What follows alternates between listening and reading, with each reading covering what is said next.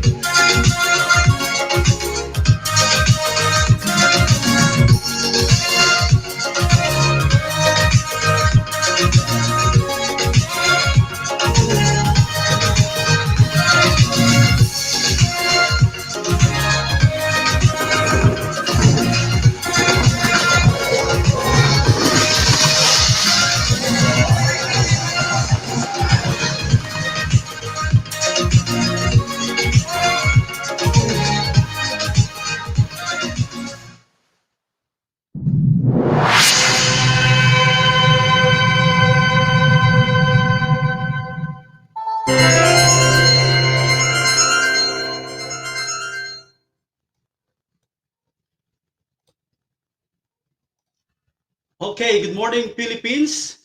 Welcome to FELTA, our and STEMified free live webinar series.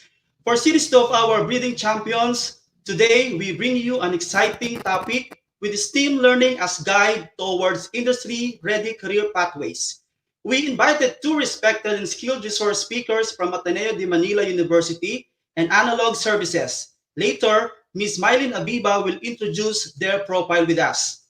It is a powerful day for everyone. Malapit na ang pasukan in the public schools, and I think some of our students are still thinking of what track strand that they will choose in preparation for their college education.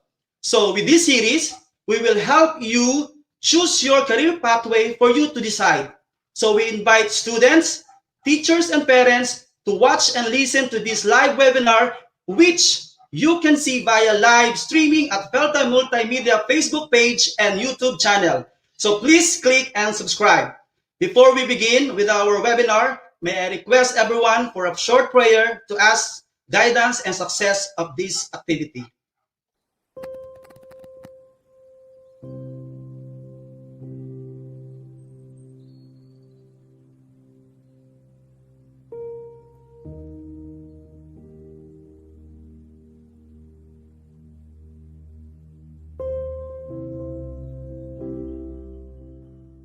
Sa ngalan ng Ama, at ng Anak, at ng Espiritu Santo. Amen. Ama naming Diyos, sa pagsilip ng bagong umaga, ipadala mo ang ningning ng iyong liwanag upang sumilay sa aming mga puso. Pagkalooban mo kami ng karunungan sa aming mga pagpapasya, tibay ng loob upang bumangon mula sa aming mga pagkakamali, katapatan sa aming mga tungkulin, at kahandaang magbahagi at makipagtulungan para sa ikabubuti ng aming mga pamilya, ng aming pamayanan, at ng aming bansa. Pagkalooban mo kami ng biyayang magmahal sa katotohanan, gumalang sa aming kapwa, at maglingkod ng walang pag-aagam-agam. Ipag-adya mo kami sa pagmamalaki at sa mga gawaing makasarili, at tulungan mo kaming mamuhay ng may pakikibagay sa isa't isa. Naway lagi naming alalahanin na lahat ng gawain namin sa araw na ito ay aming mapagtatagumpayan kung nakikiisa kami sa iyo. Higit sa lahat, gawin mo kaming tapat sa iyong mga aral. Ilayo mo kami sa pagkakamali at sa kasalanan. Sa ngalan ni Jesus, Amen.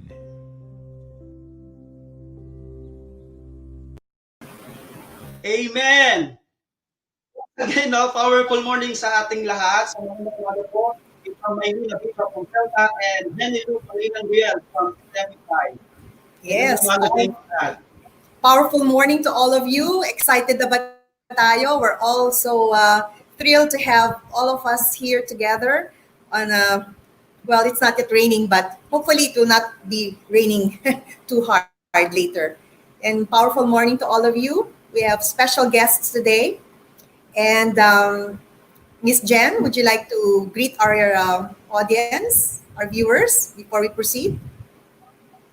Hello, good morning po. Ito na naman ang ating weekly grind, ano. So, exciting para sa mga magbubukas ng school year. So, this is the best time na makapag-decide kung anong career ba talaga ang gusto natin. Yan. So, let's hear from Sir Toto and Ma'am Steph later, ano, Mamay.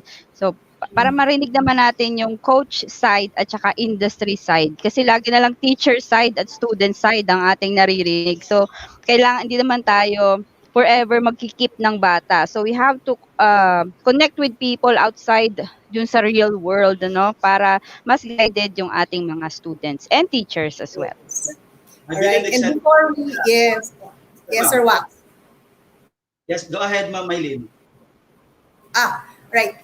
Okay, then before we introduce our first guest today, I just want to share with you a story. Na many years ago, actually, when I started the robotics program around 20, 20, naku, magto 21 years ago, is that a lot of parents would ask me, anong mangyayari, anong magiging career ba ng anak ko pag nag-robotics?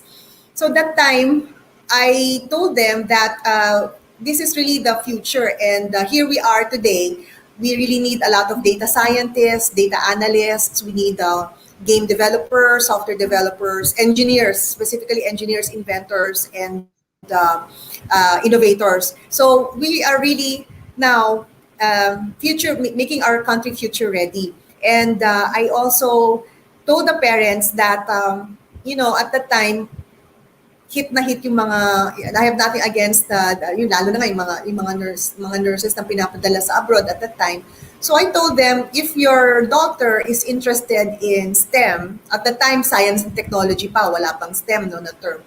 Why don't you encourage? Because there's always an opening or opportunity for your daughter to be in, kung magaling ba yung anak nyo. So ito ngayon, marami tayong mga girls na sumasali rin sa ating mga competitions at also taking the track of STEM. So and now I'd like to introduce now our first guest. He is the Assistant Professor for the Electronics, Computer and Communications Engineering Department of the Ateneo de Manila University. He has been with us as a judge, not a coach, but a judge for the past 16 years. Oh, 17 years, going on 17 years. Oh, nagdebut na yung anak niya. Kasi 1-year-old pa lang when he started being a judge for us. So he's been a judge not only for the local competitions, not only for the Philippine Robotics Olympiad and the FLL Philippines, but as well as the World Robot Olympiad Invitational and the first Lego League Philippines Islands Invitational held here in the Philippines. So let's welcome Engineer Toto Oppus. Good morning. Good morning, Good morning, Engineer sir. Toto. Batiin yung mga estudyante mo na nanonood ngayon. Shout out muna tayo. Pinapanood ko rin yung mga nag-OJT. I'll talk about it later. All right. Okay. So, all right. Take it away, Engineer Toto. Thank you so much.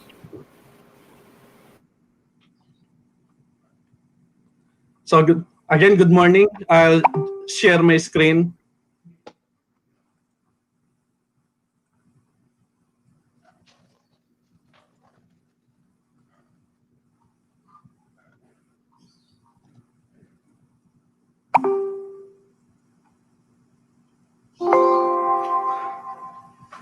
Hello, good morning. I'm Toto Oppus.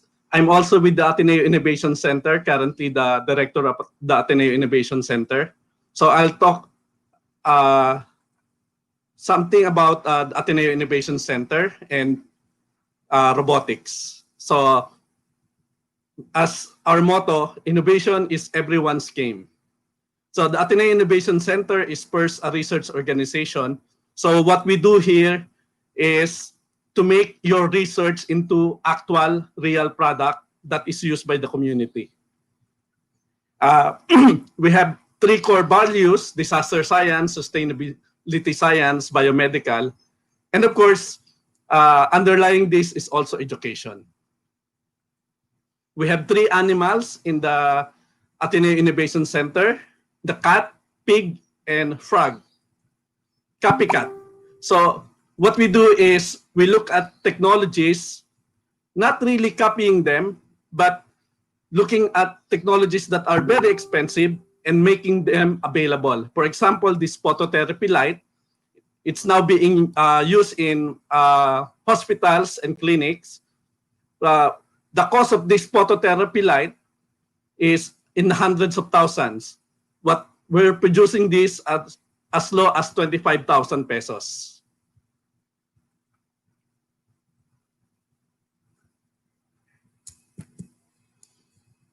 Okay. We're still developing the phototherapy light. We have currently on our 4th version. The pig or piggyback. We look at technologies and we piggyback on those technologies. For example, solar panels, clean water system. So in Ateneo Innovation System, we came up with a portable clean water system that we have been deploying all over the country. So far, there are already 150,000 units all over the country, 150 units all over the country that we have deployed. We have deployed here in Marikina around 10 units. So it can be used during disaster to provide clean water. Hydroponics, so sustainability. So we've been deploying portable hydroponic system. So shown here are actually our interns from France. The leapfrog. Again, using this technology, we have developed a lot of system. So from the hydroponics backyard, it has grown into sustainable holistic aquaculture in Lake Palakpakin. So we have deployed the system complete with sensors, checking the water quality, whether there's possible fish kill. The fisher folks will be alerted right away. And of course, close to our hearts is with robotics are the drones. We have been developing drones for different applications. One of the applications shown here is during disaster. We can use the drone as hub of information. So when there's no internet, no mobile site, the drone can carry a hub wherein people and vehicles can communicate through it, sending the data to a central hub. These are example of the drone shots in Ateneo, wherein we use it during our earthquake drill.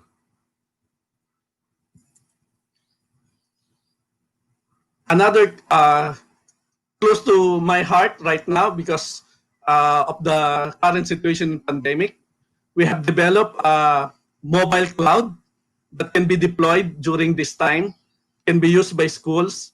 Actually, we have deployed this right now in Pasig, Quezon City, and Marikina. So these are being used by teachers. So this near cloud or edu cloud is a device that allows user to connect to it even when there's no internet. So it's Wi-Fi ready. So if your device has a Wi-Fi, you can connect to it and get all data. So you can do simulation, educational simulation. You can download Wikipedia. And we're also putting in Dept Ed Commons inside the device.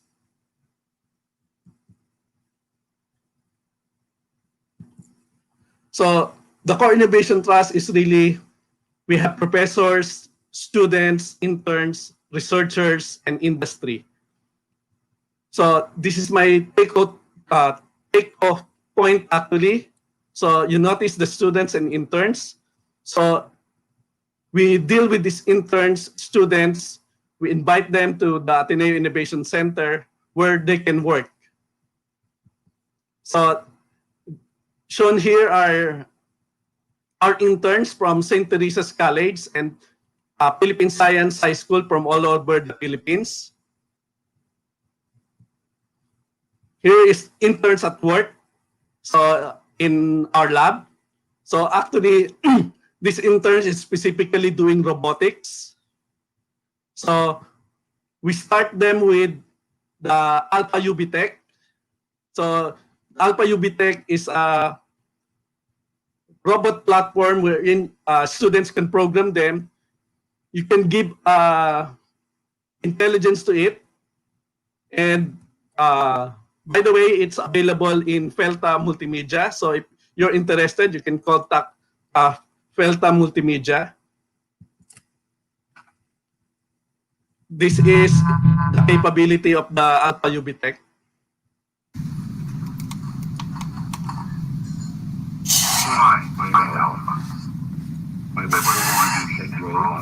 I am a robot. I can think.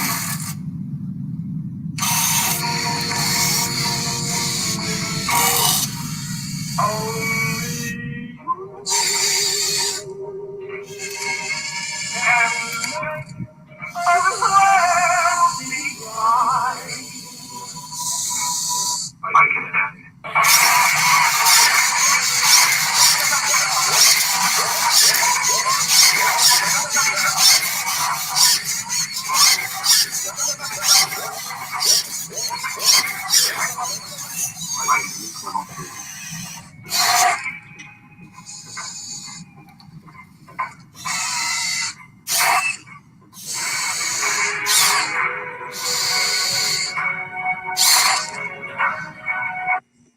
So we have used this alpha robot for the students to play around with.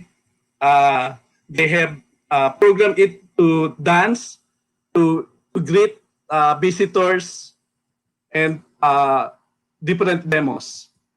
After that, we asked them to move up to EB3, Mindstorm. So the student interns again program this robot. If you're interested, you can again contact Felta Multimedia.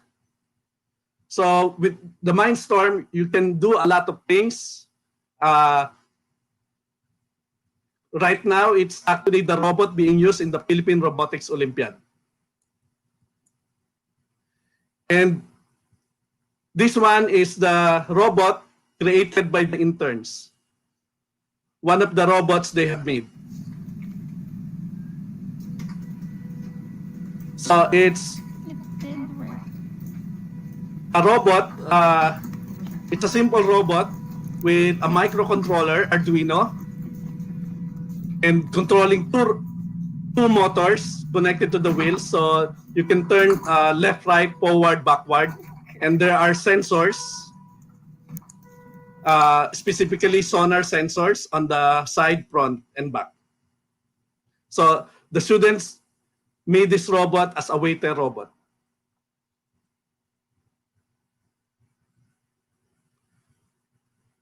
For the advanced student, they can play around with the Now robot. Here, the students taught Now robot to read and then perform the instruction in the card.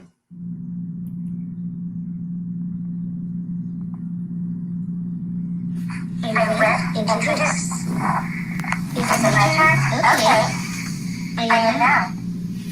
I am a humanoid robot developed by Dept Robotics made to be affordable, yet performant and functional at the same time.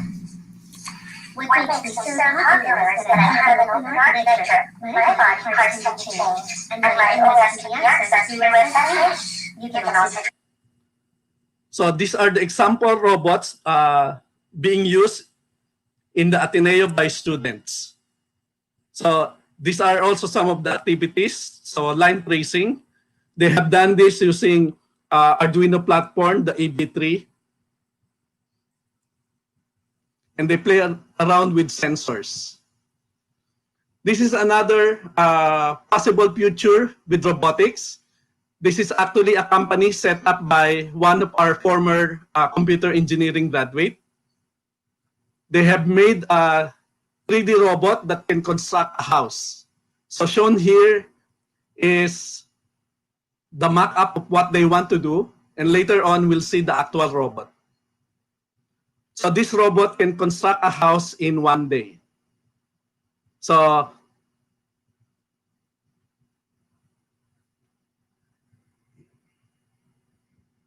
that's the idea. In reality, this is the robot. So it's a robot that can construct a house. Being demonstrated here is the construction of a wall.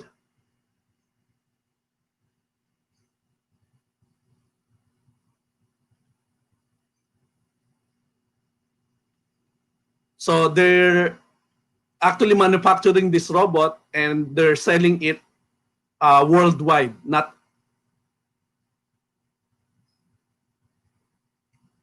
so that's where they mix the cement, and the robot will do the effectively the 3D printing. Another example wherein you can employ robotics is this electric vehicle, which we actually designed from scratch. This electric vehicle is actually powered by Arduino. Okay, so in Ateneo, every year we actually construct one car, but unfortunately this year, although we have already started with a new car, but due to the pandemic, we were not able to complete it. But this example is the 2018 car. So supposedly, so we entered this in the last year's Shell Eco Marathon contest for electric vehicle. So another example, this is from, I'll tell you why it's from Philippine Robotics Olympiad to PhD.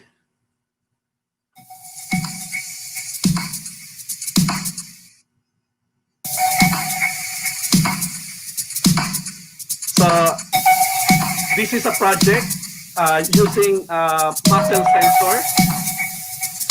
Later on, you can control a 3D printed hand.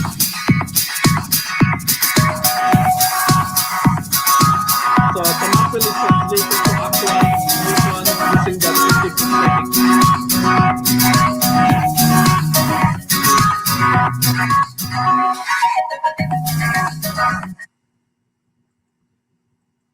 Oh, why did I say from PRO to PhD? Actually, the one shown in the picture without the facial expression or facial feature is actually a veteran of the Philippine Robotic Olympiad. He started with us during his elementary days until high school. He actually won in the World Robotics Olympiad a gold for us. He's from Grace Christian College. He's Brian Lau. He's now taking his PhD in Japan currently. So from Grace Christian, he moved to Ateneo for his computer engineering degree. And then he did his master's also with Ateneo and completed his master's in Japan, and now currently taking his PhD in Japan. So the start of the journey with robotics is shown here is the Philippine Robotics Olympiad. It looks like playing with robotics, playing with this Lego Mindstorm, shown here, the EB3. So from elementary robotics to high school robotics to senior high robotics to college robotics, you can go on to choose a robotics career in different industry. You can go to further study. You can take up a master's in robotics or even PhD. We have several students from Ateneo who pursued a PhD in robotics. You can also take your, if times permit, you can do internship in Ateneo. We do have online internship, virtual internship right now ongoing, and we teach them microprocessor system. So if they want, they can pursue robotics. So this is the beginning. As mentioned by Ma'am Maylene, this is the invitational. These are my co-judges. Sir Manny Manalo is currently the chair of the Board of Judges. Sir Brian and all the other judges from Ma'am Arsol, Ma'am Betty, Nike, of course, Gilbert, Doc I, all of us are here to support you, to be with you, to guide you in your career in robotics. I placed this on the lower left-hand corner of the screen. This is actually an EB3 Braille printer. So with this, the blind can actually read your messages. So the EB3 robot prints in Braille the message for the blind to read. I would like to end there. So maraming salamat po.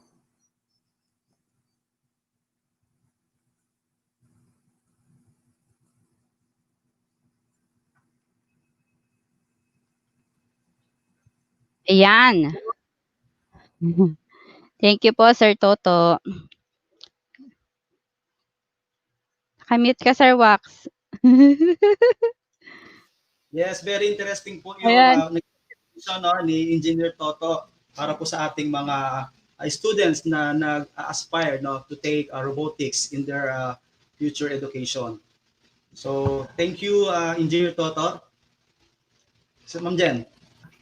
Okay, so parang gusto ko din mag-enroll doon kay Sir Toto, no? So ang tagal ang dami na innovation na nangyayari. So yung I like how everything the lessons and the courses are outlined na akala kasi nung iba pag Lego pang baby lang na sir. Ang concept kasi ng Lego nila is bricks. So hindi rin naman maiiwasan kasi parents if they are introduced to the term Lego or to the brand name Lego, akala nila bricks lang. So minsan mahalaga talaga yung exposure and sabi nga ni Sir, it's important to start them young through joining yung mga competitions and exposure. Minsan nga yung mga anak ni Sir Toto doon na din lumaki sa playfield. So yeah, it's giving a major impact doon. Ayan. Mamaya mag-enter. I would like to add one thing para naman do sa mga teacher listeners natin. We're actually also offering a master's in electronics engineering, and we offer scholarship with allowance of 25,000 per month. So wow, sali ako dyan. They qualify, libre na. Actually, it's care of DOST. So right now, actually, all of our masteral students are DOST scholars. So they're giving away 25,000 a month allowance, plus free tuition and fee. And ano yun, sir? Online ba yan or face-to-face? Yes, right now it's online. So if anyone is interested, they can apply through Ateneo, the Manila University, MS in Electronics Engineering. So may ongoing yung application right now up to October 7 for second semester in time for January. Yan lang. Okay, so, kung interesado po, interesado ka dyan. Kung interesado po, you can go to Ateneo website para po makuha po ninyo ang lahat ng information na kailangan ninyo for you to apply for a scholarship. This is very talaga timely, Pwede po na makatulong sa bawat isa po. Gusto ko din yan. Yes. So maraming salamat, Mr. Toto. Okay, mamaya ang ating Q&A.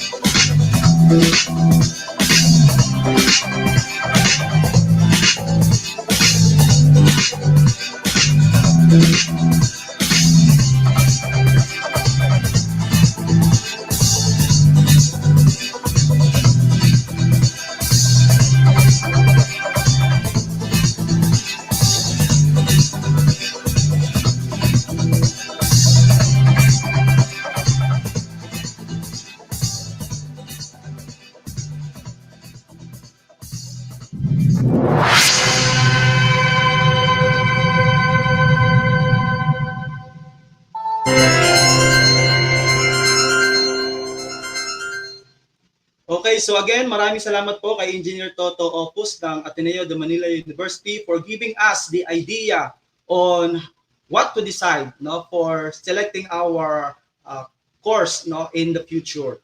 So salamat po. Yeah, Yes, career pathway. So, Okay. So ngayon naman, that's on the university side. Now let's hear now from the industry side. So today we are fortunate na tinanggap ang ating invitation. Okay, from Analog Devices, we have today our Senior Test Development Engineer, Ms. Stephanie Anñonuevo. okay, magandang Steph. So welcome po sa Delta and STEMified Robotics Learning Center free live webinar series. And we are now in series 2 of Breeding Champions. So thank you for giving us your time to share your expertise for our viewers. So take it away, Mama Steph. Okay. So good morning, everybody. First, of course, I'd like to introduce myself. I'm Stephanie Anne Añonuevo. I'm a Senior Test Development Engineer here at Analog Devices General Trias. So we're located in Cavite. I'm from the Aerospace and Defense Group. I actually am a test development engineer releasing components for the high reliability applications. So kanina medyo na-mention yung space. So that is where most of the parts that we release are going. My team is releasing parts that are for aerospace applications, defense. So it includes missile applications, warfare, communication, so all of it. So for this morning, I'm gonna talk a little bit about our company, Analog Devices, because a lot of people really don't know who we are, because we're always under the chip, under your laptops, circuitry, so you really can't find us there. And then I'm going to talk about what we have with the company called the Young Professionals Network and our university and STEM programs, right? So who we are as a company, what do we do? We're a company who aims to bridge the physical and digital worlds. We all know that there's a lot of analog signals which are everywhere, right? They are light, sound, smell, whatever it is. And as a company, we try to bridge that. We try to interpret those analog signals and really create something out of that. And with that, we have this, what we call the DNA of innovation. We try to always make ourselves ahead of what's possible. And that is how we've grown the company for over 55 years now. So we sense, we measure, interpret, secure, connect, and of course, power those systems. Everything is really within our portfolio. So as I've mentioned, we're a 55-year-old company. We're based in Norwood, Massachusetts. Globally, we have over 15,000 employees, almost 6,000 of which is already here in the Philippines. We're present in almost 20 plus countries, and we offer about 45,000 products to our customers. And we're publicly listed in Nasdaq as ADI, and we have global manufacturing sites in the US, in Limerick, and of course here in the Philippines. So this is our global footprint. You can see a mix of really sales and manufacturing sites across the globe, and of course we have design centers globally. So we've become a leader in capabilities to bridge the physical and digital worlds. As I've mentioned, we have parts that actually sense the physical signals, the analog signals that's everywhere. We measure, of course, measurement of those signals is important. And then we connect systems, we power up those systems, we interpret that, and of course, we make sure that we give our customers secure solutions. So it's really a complete solution that we're offering to our customers. So now what's next? We're the transformers, or we're at the vanguard of key transformations, like from consumer to the ones that you're, the VR headsets that you have, to communications, 5G. We're involved with that. Industrial, so a lot of the automation systems were also part of that. Automotive, if you're familiar with the self-driving cars, that's part of innovations that the company has been in partner with our customers. Aerospace and defense, of course, the closest to my heart, because that is where my products go into. So a lot of the applications go into NASA and Boeing, Lockheed Martin. So name all of those aerospace and defense customers. That's also where most of our parts go into. Automotive and electrification, energy, healthcare, of course. This is really the priority right now because of the pandemic that we're into. A lot of our chips are being used for different healthcare applications, and we've ramped up manufacturing in order to make sure that we support those applications. Instrumentation, of course. So that's ADI in a short corporate presentation. But now maybe I'll touch a little more about ADI Philippines. So ADGT, or Analog Devices General Trias, has been in operation since 1982. So we've started as really a manufacturing facility, and now it's a combined manufacturing and engineering facility. We're proud to say that we have a huge contribution to analog devices because of that combined manufacturing and engineering capabilities that we have.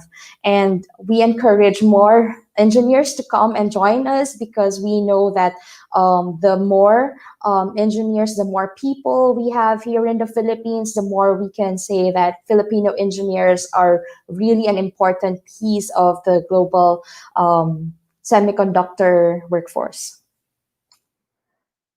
So this is the ADI Philippines campus. I think that was last year where I've invited Mylene and some of the folks from Felta to visit the company. So we're located in Gateway Business Park, in General Trias, Cavite. So right now we have 4 buildings. You can see a huge footprint inside a Gateway Business Park.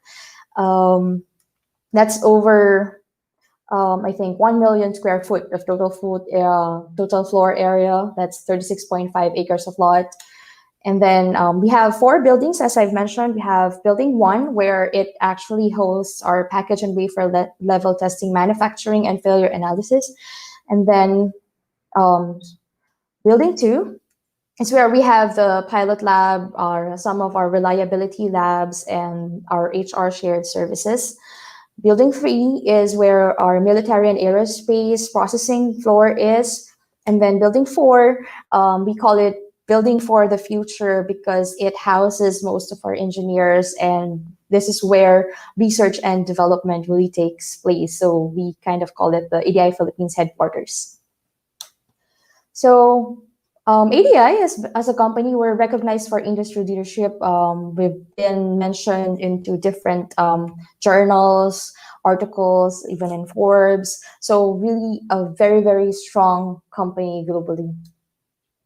Then for here in ADI Philippines, there's really a ton of engineering work that you can get into. From the start of the project up to such time that you release the part, there are a lot of engineers involved in that. So from design and layout of the chip to test development solution, from where I am currently working, from product engineering to make sure that all of our parts are really meeting the standards that our customers are expecting from us, from failure analysis in case we know that it's not an ideal process. So sometimes there are some failures from the customers, which we also address here in the Philippines, and of course manufacturing improvements and product applications. So we also have engineers here whose focus is on making sure that we are in interface with our customers. So if they have problems,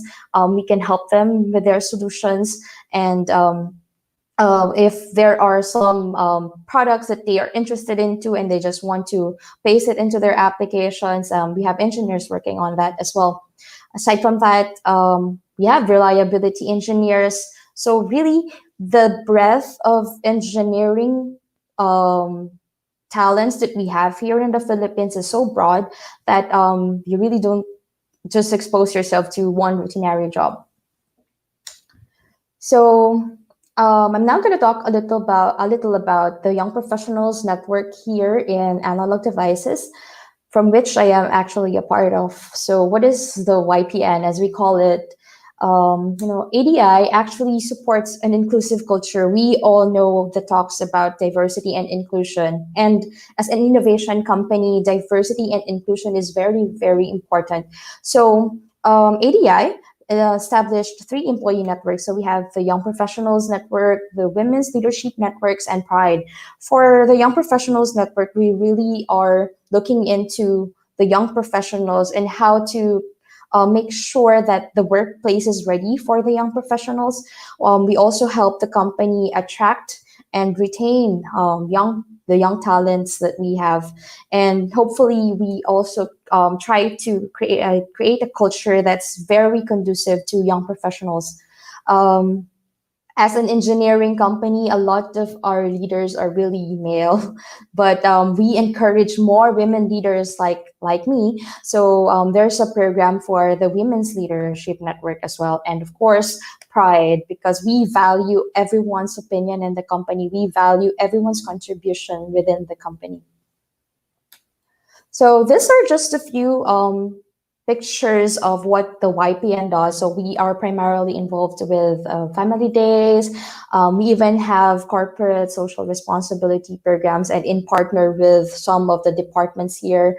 So we planted native and endangered species of trees around. And then maybe if you can see the picture here with the Christmas tree, that is of the Project Playtime.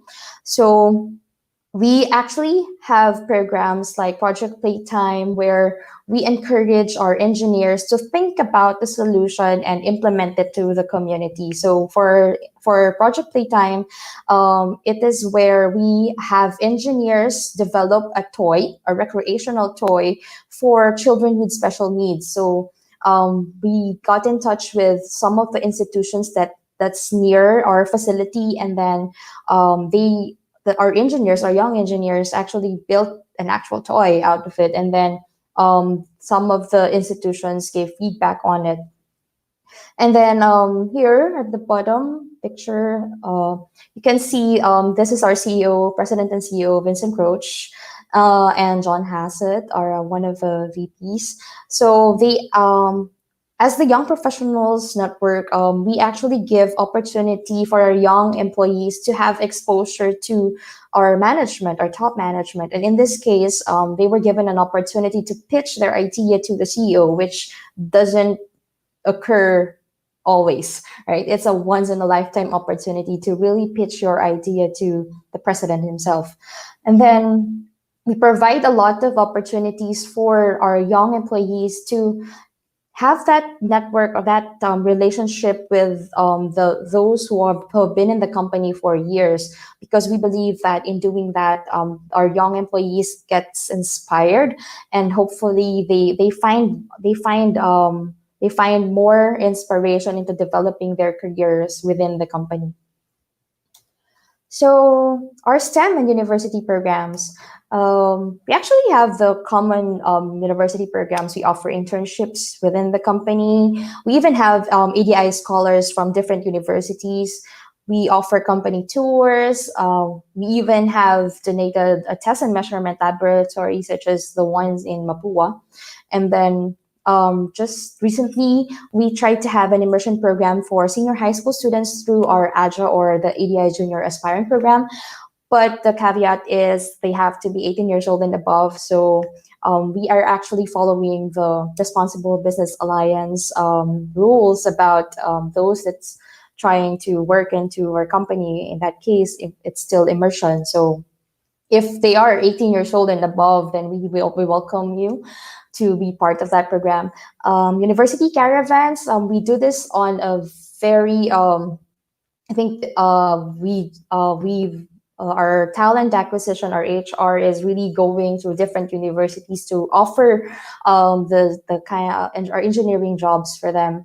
And then there is some faculty professors here from different universities like UP, who is working with our design and layout team. So I can previously, before the pandemic, I can see them in the company for twice a week, and they work with our engineers in developing those layout solutions. So we also welcome professors here. So for this one, we actually always invite high schools and universities to our academe portion of the Analog Devices Technical Symposium. It's a yearly technical symposium where we present all of the technical papers that our engineering community have. So for this case, just last year, we were able to have 100 plus attendees from different schools and universities. They presented their technical papers. They even have demonstrations of their projects, and we give them workshops, which we hope could help them ignite that interest into entering into our field.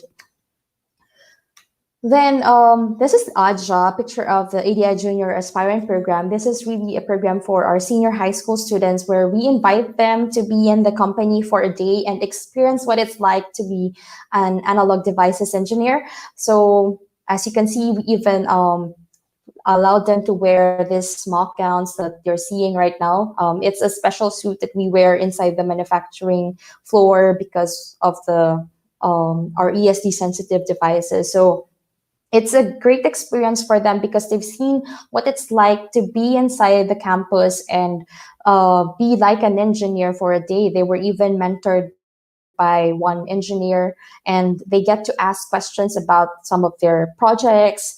And our engineers are very much open into giving their ideas to these young students. So it just so happened that we have a pandemic right now, but we're trying to move AJA into an online platform. So hopefully we can launch that before the end of the year.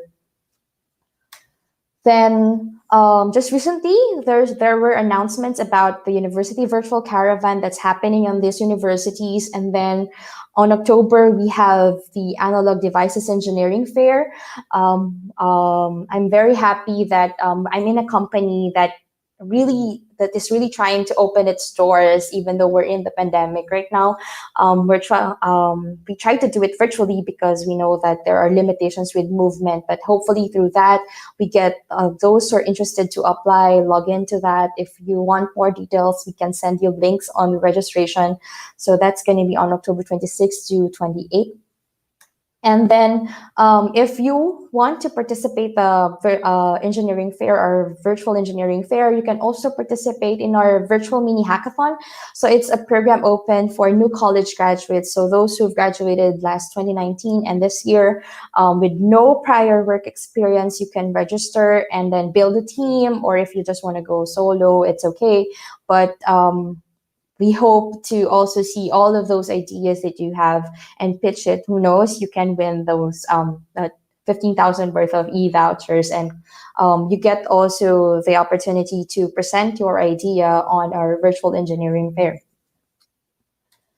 So that's it. I guess that's it for me. Thank you so much for your time this morning, and I hope that you got inspired. And if you want to learn more about us, you can really just send an email to us via YPN. So it's ypn.phils@analog.com, and we'll try to connect you to our HR or to whoever would you need, what your need is. So thank you so much.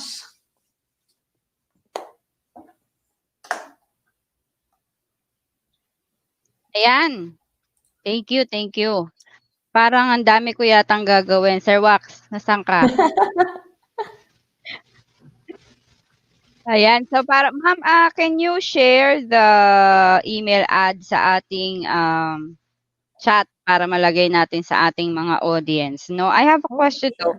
Yung YPN, may ano ba yan? May quota per school? Kasi madami, pag pinost namin yan, sumabog yung inbox niya.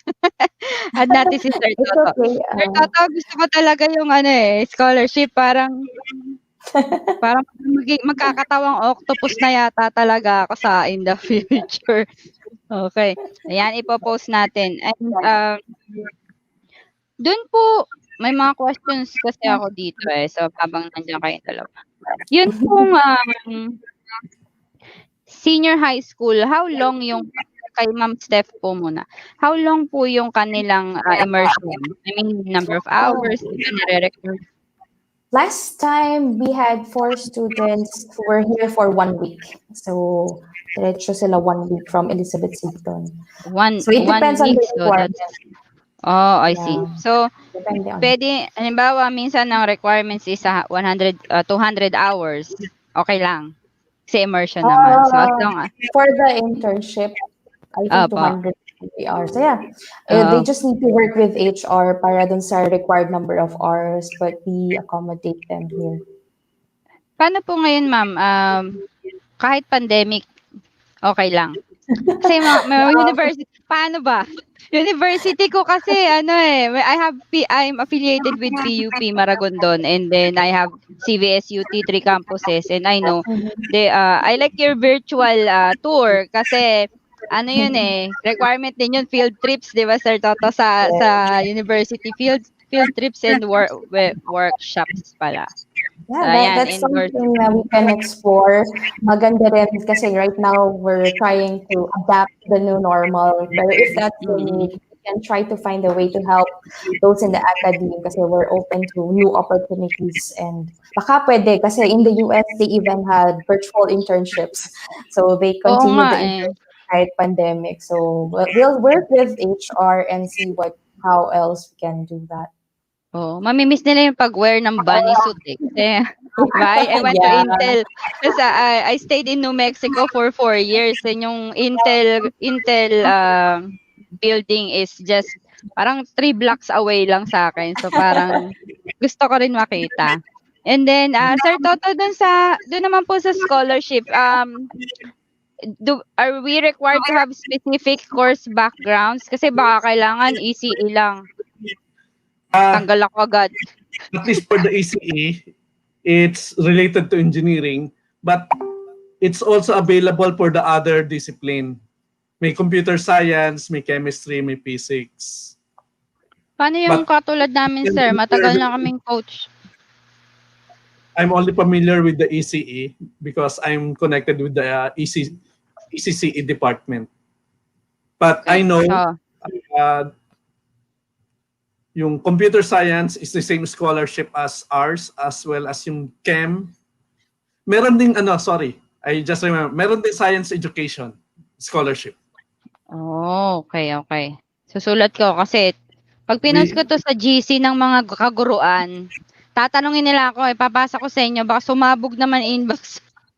So, ayan. May Facebook pages po ba for both? Ma'am Steph muna, may Facebook page ba yung analog that they can go to?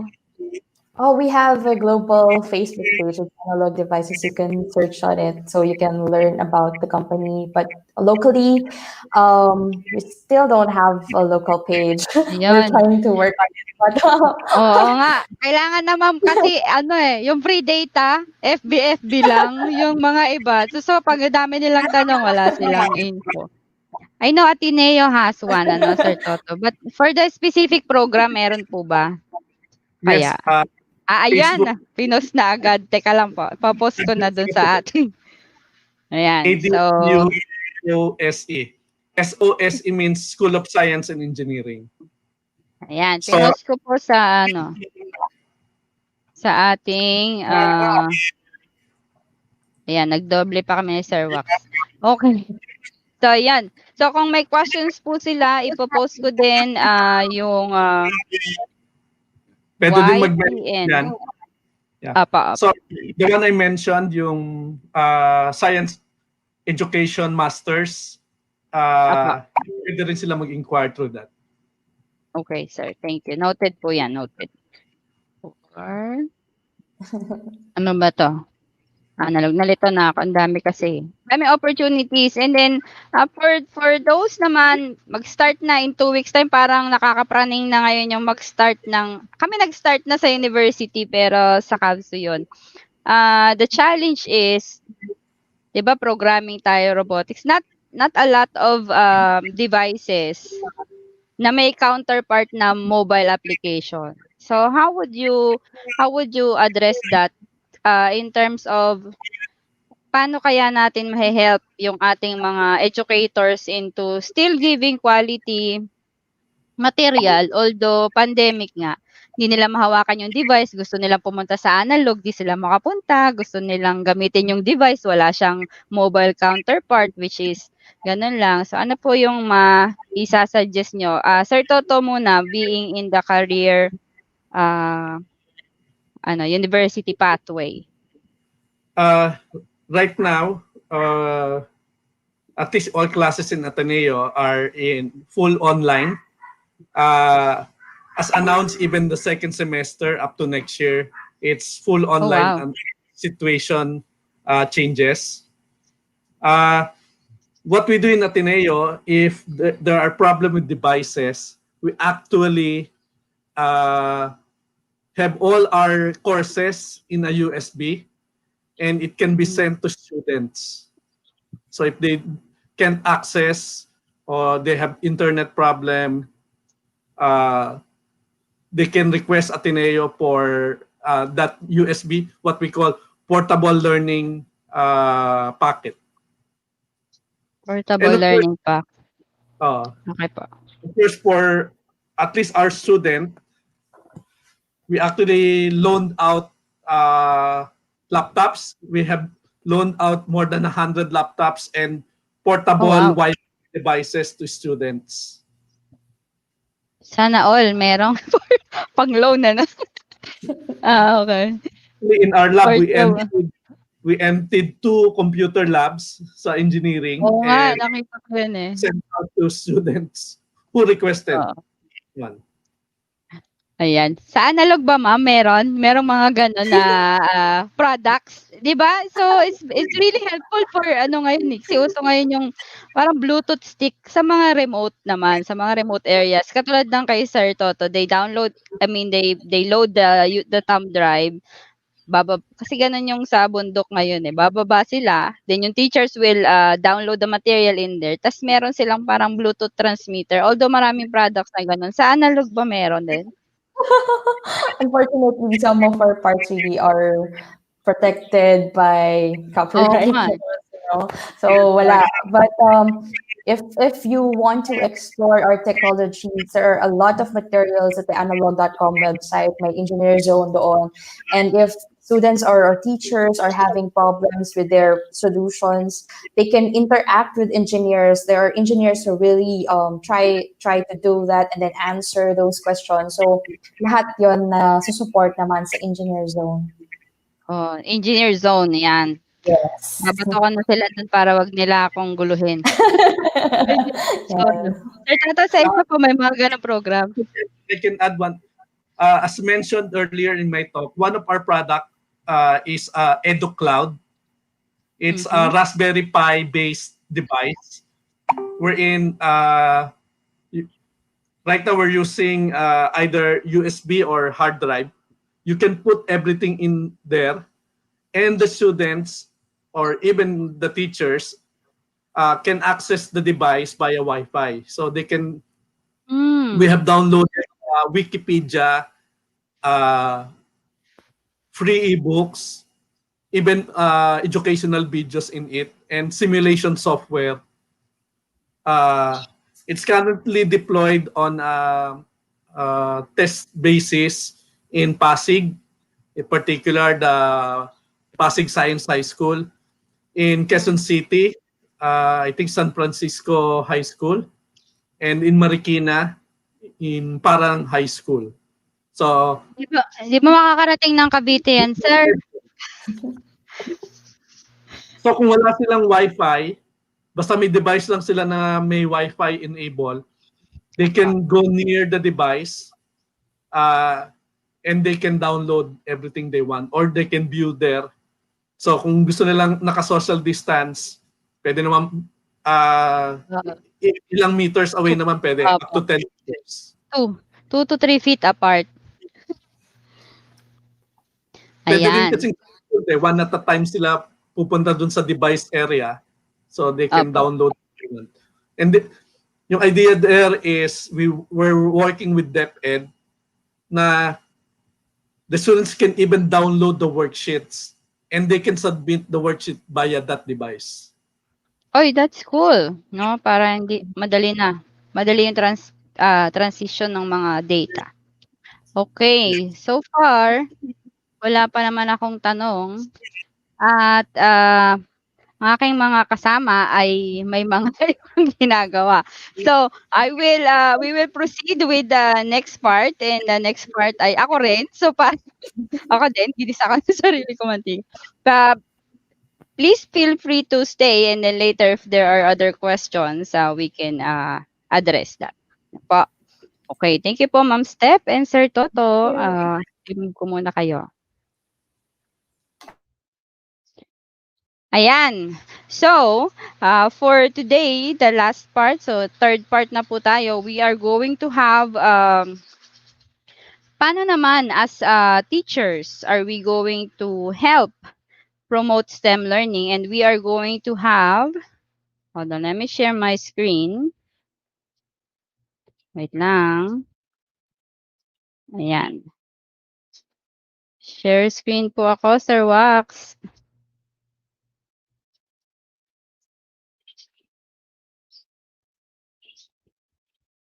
Ayan. Hindi ako masyadong maraming tab.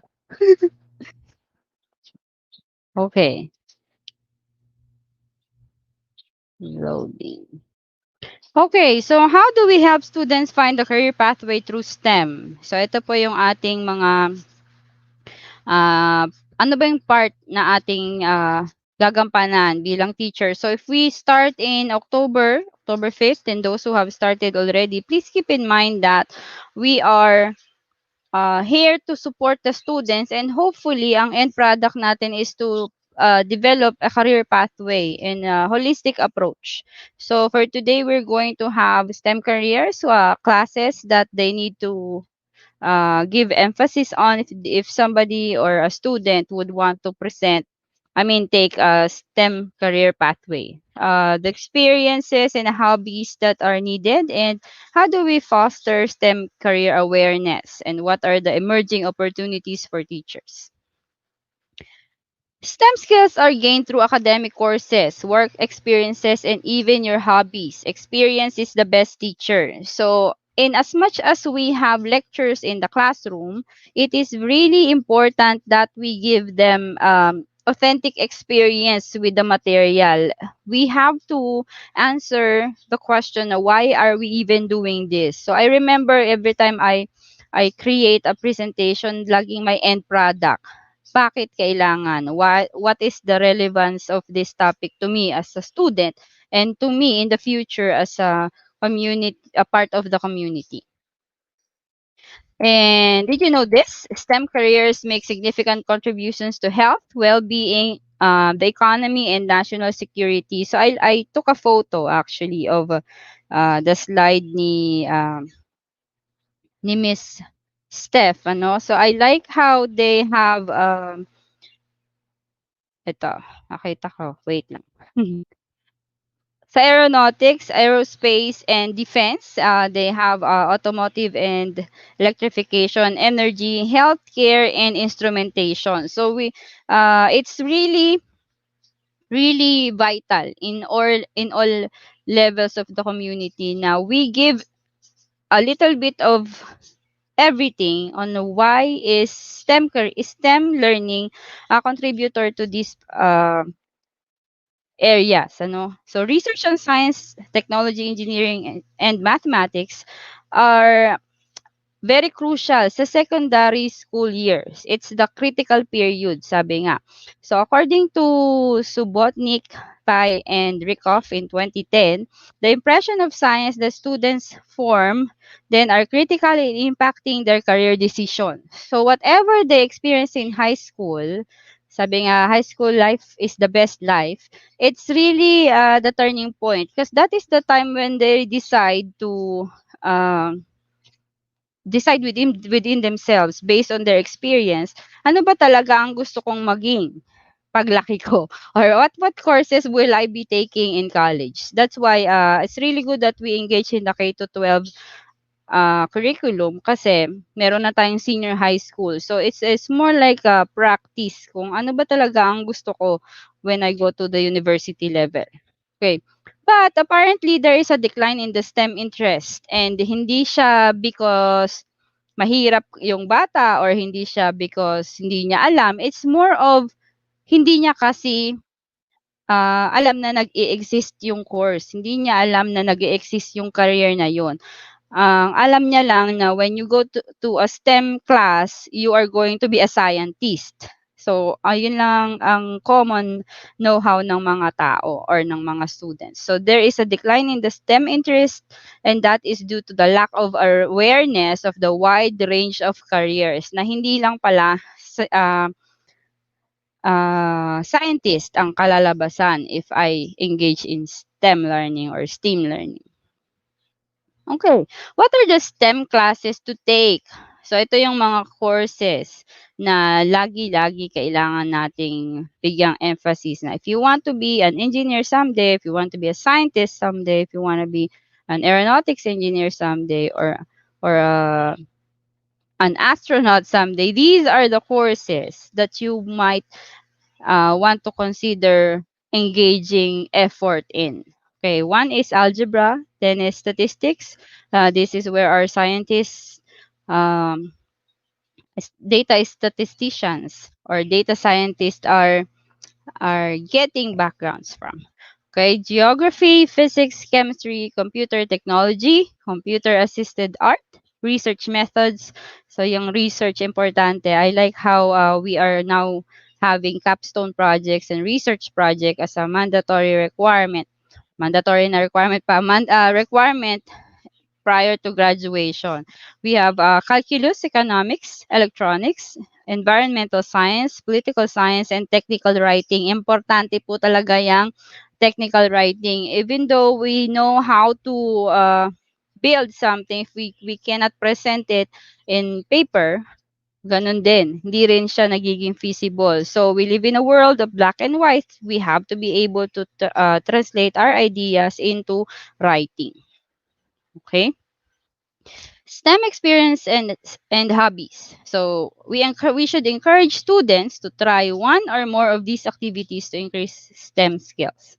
First is help a community organizations, yung mga fundraising events like hackathon. So I like how again the programs of Sir Toto and Ma'am Steph, meron silang mga events. Okay, participate in data collection projects to gain experience, writing survey, conducting interviews. These should be embedded din sa ating mga lessons. If you are a teacher that is teaching math, so yung statistics hindi lang, I hope hindi lang yung may data na. It's always nice to gather the data first and then compute and then analyze the results. Okay, teach youth at a science summer camp and after school program. Sabi nila it's better to know if you learned something if you were able to teach it to another person. So, yung mga A students natin sa ating mga classrooms, we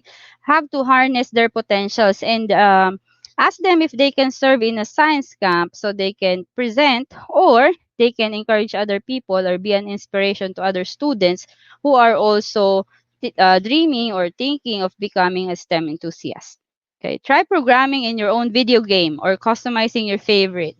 So sa mga parents na laging sinasaway, bakit ba gaming ka na lang ng gaming? So, I suggest for parents who are listening right now, if you are seeing that the students or your learners are engaged in gaming, first is check muna natin ano ba yung gaming na nilalaro nila or game na nilalaro nila. So, if it's something that is not ethically good based on your standard and values, pwede po natin yun bigyan ng a little bit of warning and a little bit of control. But if you think that they are engaging and at the same time they are learning, yung games hindi naman yan masama, depende sa pagkakagamit, no? So we have to check and then see baka naman in the future we will have a future game developer.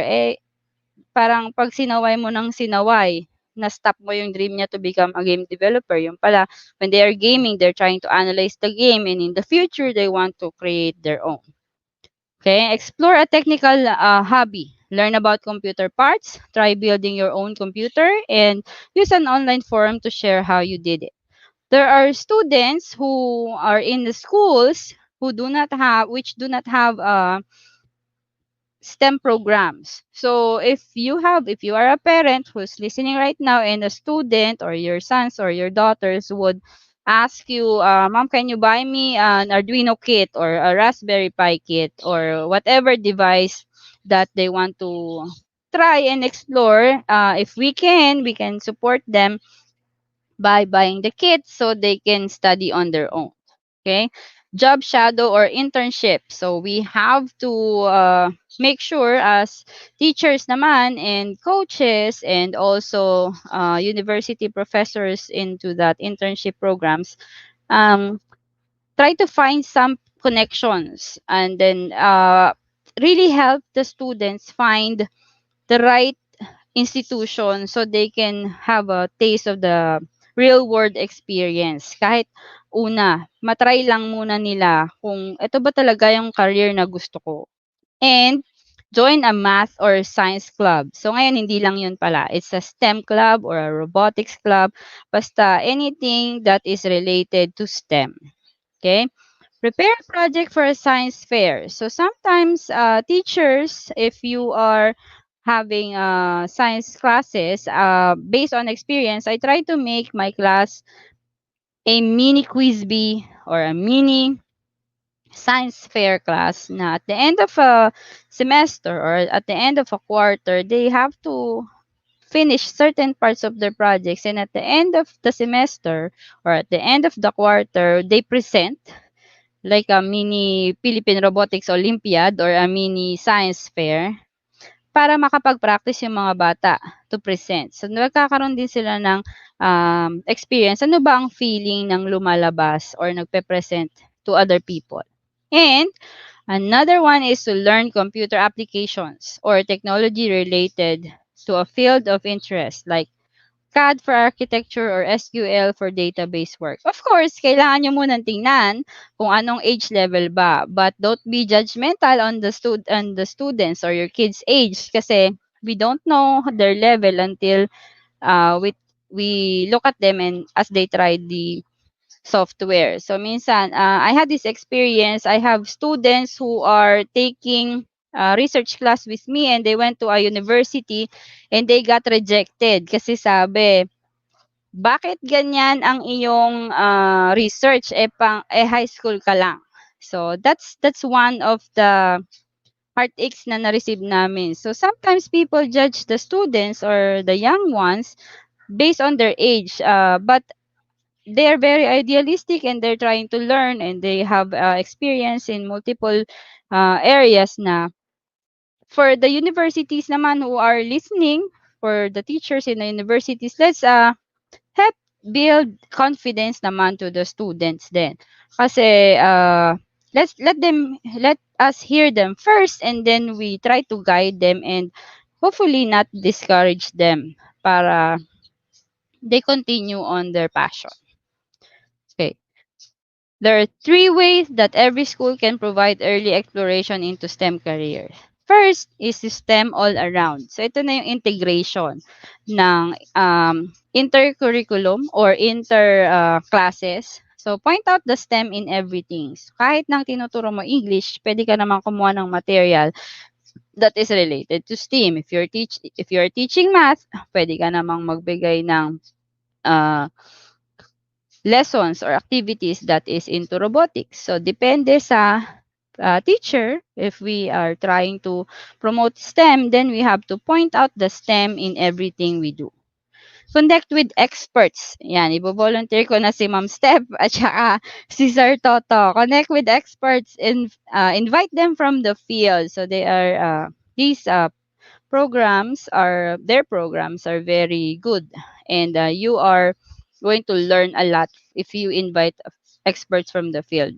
Sometimes, as teachers, we try to be idealistic or we also try to know everything, but not everything na gusto nating ituro ay kaya nating ituro. And it's not going to hurt if we connect with experts para sila talaga yung mag-present. So, this photo is taken from definedlearning.com. It's a blog called Early STEM Career Exploration. So, this is one way. If we cannot invite them over personally, we can invite them over social media. Like, we can also use web-based communication apps like Skype or StreamYard pwede din. Okay? Showcase career opportunities, increase awareness of what jobs may be possible in their future. So, ganun din when I present the slide saying where are we even going to use this in real life, I also let my students know magkano ba possible kung sweldo? Everything's triggered by figures. So, magkano sa sweldohin, saan ka pwedeng makakapunta, and how fast can you establish this career, and how fast can you go climb up the ladder if you have this level of expertise. So showcase career opportunities and let the students know how much they would earn, and if they are satisfied, let them dream. Okay, kailangan mag-dream sila para maroon sila ng motivation. So follow their dreams and go for gold. Okay. According to Dr. J.C. Maslik, early exposure to STEM careers gives students the chance to imagine what is possible, creating opportunities with your classroom or schools to look at different jobs and pointing out the STEM learning behind it is an important step in ensuring that our students are future ready. So, ayan. Kailangan daw ma-expose sila. So, create opportunities with your classroom. So, yun ang importante.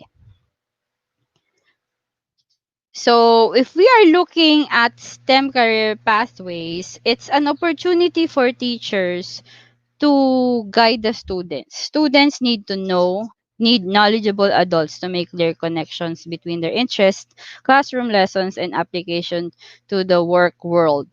Okay, kailangan, ganun nga, sa ating mga lessons, maliwanag kung saan papunta ang lesson na yon, bakit. And common mistake is we always jump from the lesson in the classroom to the real world.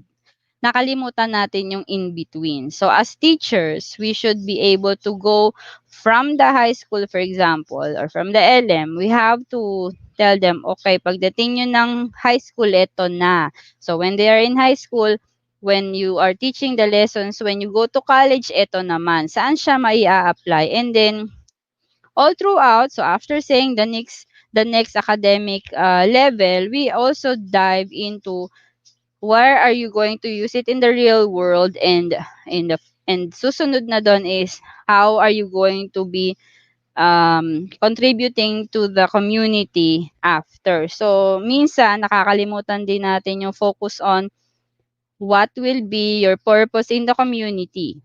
Hindi pwedeng ang STEM career pathway natin is limited to what will you benefit from it. We also have to give empathy, and we also have to develop concern para sa mga learners. If they become what they wanted to be, ano naman ang contribution niya sa community. So, hindi lang pwedeng siya lang lagi magbe-benefit. Dapat ang meron din tayong emphasis dun, paano ka makakatulong sa community if you are already successful in achieving the STEM career pathway of your choosing.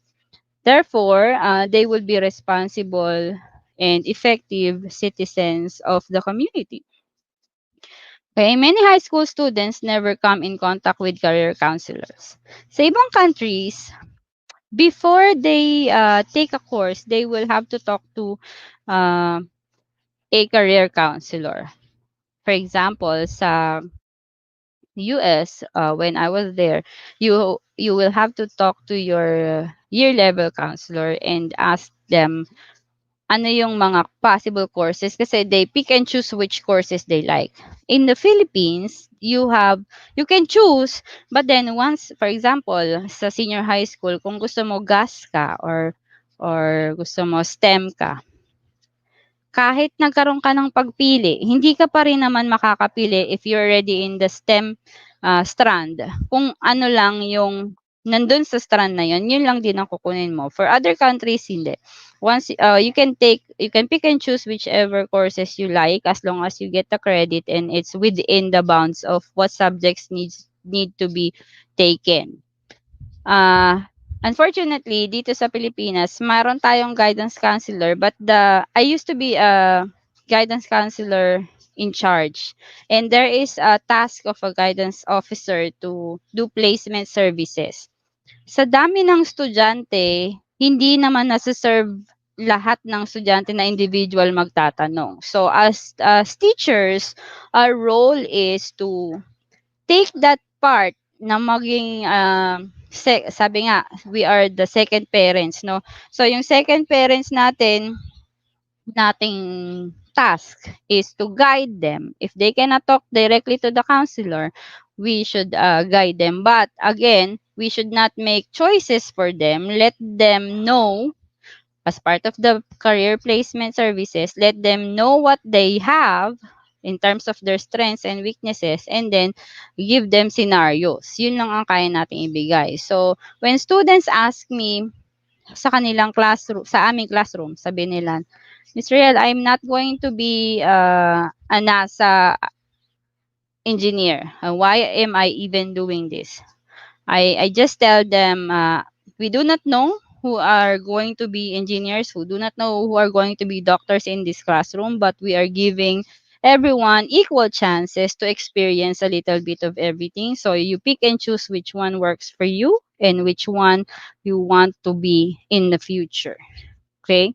So yun lang po ang safe kong sagot. If it works for you, baka po mag-work. If it works for me, baka mag-work din po sa inyo. So teachers also reported lacking the pedagogical strategies and resource materials that would allow them to infuse career awareness into their lessons. Ayan. Kaya po very beneficial talaga itong ating mga webinar because it's not every time if you are a regular teacher na busy ka na sa work, hindi mo na mabibigyan ng time, especially if wala kang budget and resources or hindi ka na ipapadala ng iyong administrators. Hindi mo makikita yung mga ganitong opportunities. These webinars are opportunities para makahanap tayo ng pedagogical strategies and hopefully we can apply them in our fields. And the resource materials, binibigay na po ng iba-ibang presenters sa iba-ibang webinars, and let's take advantage of them para mas infuse yung career awareness sa ating classrooms. Alright, next. Teaching strategies. What are the teaching strategies that we can impose in our classrooms? We have 4 here. First is incorporate both formal and informal approaches. These may include incorporating into your classroom the tools. So ano yung mga tools na yon? By practicing being a scientist, kung ano yung mga opportunities na makakita sila ng science performed in different settings, like science fairs, having life sciences, physical sciences, we have robotics projects, and we have life sciences involving other subcategories. So, maganda din yung nakikita nila both formal and informal, both in the classroom and outside when they go to career day or science day, science fairs, or competitions like nga yung PRO. Meron silang open category. Okay? Have students see scientists as real people. So, sometimes it's nice to talk with an actual scientist. And then they can share ano ba yung pros and cons of being a scientist or being an engineer, especially if you are in a big company like Analog. And if you want to be an engineer teaching in a university like Sir Toto in the university, no? Sometimes the kids don't really want to hear the notes. They really want to hear the life. So ano ba sila as a tao? Parang papaano ba ako, meron pa ba akong life after yung personal life or personal space after na maging scientist ako, or habang buhay na ba ako na nandun sa loob ng laboratory. So, yung mga ganong bagay, importante ding makita ng mga bata or ng mga learners or even those who are in the university level. Ganito ba ang buhay na gusto ko, na gusto ko bang makulong ako sa lab? Ganun ba talaga pag scientist nakakulong sa lab? So, inviting guest speakers into the classroom or through electronic connections gives the students insight of what is life after finishing the course.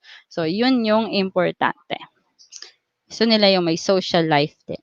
Connect the dots. Ito yung teaching strategy. Teachers need to make explicit connections for students between STEM content and related careers. Yun nga, yung paulit-ulit kong sinasabi, real-world assignments, pero minsan we overimpose naman. Not their level pa, but we are giving them super hard na mga tasks. So, we have to really find the balance between kailan sila maiinis because it's too hard for them and they are feeling that it's imposed to them in a way that it become problematic instead of enjoyable. So find the balance between connecting the dots and how does it relate to the real world from your classrooms. And the last strategy is embed reflection.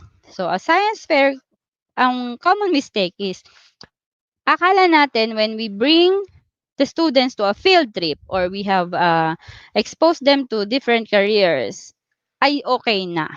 But we always forget na we need the students to reflect.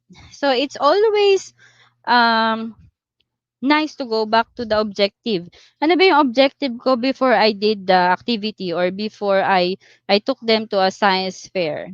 Ano ba yung objective ko nun? And na-meet ba yon? How do I measure kung na-meet?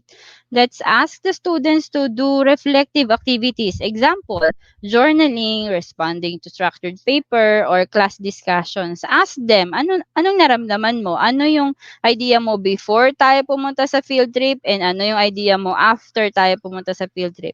Yung gusto mo bang maging engineer bago tayo pumunta sa field trip and then you got to meet an engineer, gusto mo pa rin bang maging engineer in the future?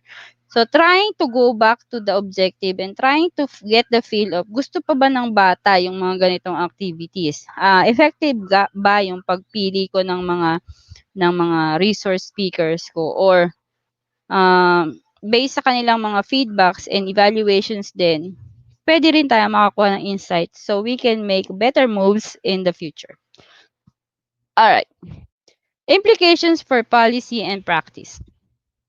The research findings, ito yung research paper na to, pinagkuhanan ko nitong materials is in the resources tab. Later I will place, so in case you want to read more about. The research findings highlight several ideas or areas in which the secondary school career awareness issues overlap with larger concerns about equity, policy, administration, and the role of the larger scientific community. Very controversial. So, ano yung another set of teaching strategies in terms of, well, hindi lang pala to teaching strategies, also in the administrative level. So, if we have participants in the admin level, let us look at the career awareness and equity concern. We must include population underrepresented in STEM careers who often do not enroll in high-level science classes. Yung iba, isa pa tong issue for placement services ang ating guidance and counseling department. We have to check, ngayon, requirement na before you start, well, not here, in other places, before they say go for a course, kailangan may equity. Hindi pwedeng 30 yung students na male, tas isa lang yung female. Okay, hindi pwedeng lahat mayaman lang, hindi pwedeng lahat mahirap lang. So, merong dapat counting balance, merong checking, is it feasible to have this course completed if I only have one student Igo-go ko pa ba? So sa mga private schools, meron niyang mga quota. But for public schools, minsan over. Sometimes the courses were chosen just because my friends are there. And sometimes the courses are chosen just because curious lang ako pero I never liked it. So therefore it got wasted. So we have in the admin level, we have to set um criteria before they get to go into that course. And that works for high school as well. So meron dapat minimum and maximum activities. For example, they can be in the robotics team or in the robotics club if they have participated in in the specific number of times in the activity. Hindi lang gusto lang once nandun but then after that hindi na babalik.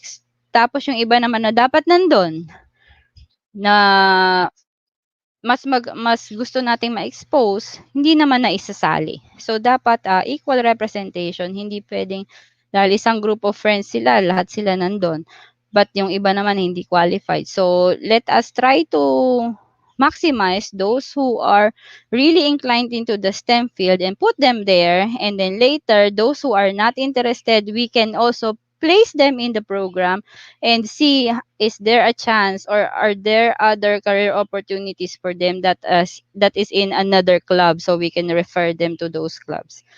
So yun yung mga dapat din nating i-check if you are the coach for that specific or the advisor for that specific club or program. Policy changes and teacher education, again, ito hindi masyadong parang 'pag sa public ka, 'pag binigay sa'yo yung task, you have to do it kasi you are voluntold. But it is also important that if you accept the challenge, you have to do pre-service instructions. Kailangan din ng certifications, continuing education, there should be a job description na standardized. Ano ba talaga ang role mo bilang teacher? If you took the course, dapat meron kang pre-service instruction or meron kang certification at a certain level na nagsasabi na you are ready to provide opportunities doon sa mga bata. And before you can do that, you should be given opportunities as a teacher to experience science workplaces. So sa mga admin nito, if you are going to have a teacher be a STEM coach or a STEAM teacher, we should be providing them the opportunities to experience muna and learn para naman pag nagturo sila sa mga students or when they handle the club, they can be effective. Okay? Administrative and district coordination. It is suggested that several structural changes can be feasibly implemented at the building and district level. So even though the teachers have developed a good career pathway program and good activity, if they are not supported by the district or the admin, then it's going to be a waste of time. It's going to be so painful on the part of the students who knows what the program is supposed to turn into, and then they join and then they dreamt of having the experience, but then the admin declined the proposal. It's going to be crashing. It's going to be hard for them. Okay, and then of course, community support. Community support, like sabi ko nga sa industry partners like Analog, Felta, STEMified. So yun yung mga support and partnership na essential. Even the local government, even other industry partners, they can help the STEM program. So our duty as a teacher and as an admin is to find those connections and try to make a web. Hindi lang institutions, pati yung mga universities, importante yan, especially if you are in the high school level, and that is where meron tayong mga feeder schools, dun tayo makipag-connect. Okay, and for references, here are the links that I used to compose that material. If you are interested to read more, please read Career-Wise at Minnesota State, and then Define Learning and nwabr.org. If you have questions, feel free to contact me, and this slide is a template from SlidesGo. Thank you very much. Any question? Yan. Actually, we bring back all our speakers. Yan, Sir at stream. Toto, Miss Steph. Ayan. Sir Toto, ayan. Dami ko sinabi. Question, my initial sasagutin natin sa hindi natanong. Actually, may question ako eh. Pero pumapasok na sila, Sir Toto. Miss Steph. Ayan. Yeah. Just show the World Robot Advisory Committee who's watching us today. Actually, replay. They will watch the replay because it's 4 o'clock in the morning. We have our friends from Israel, coming from Denmark, from Egypt, and also from Netherlands, and from Ukraine.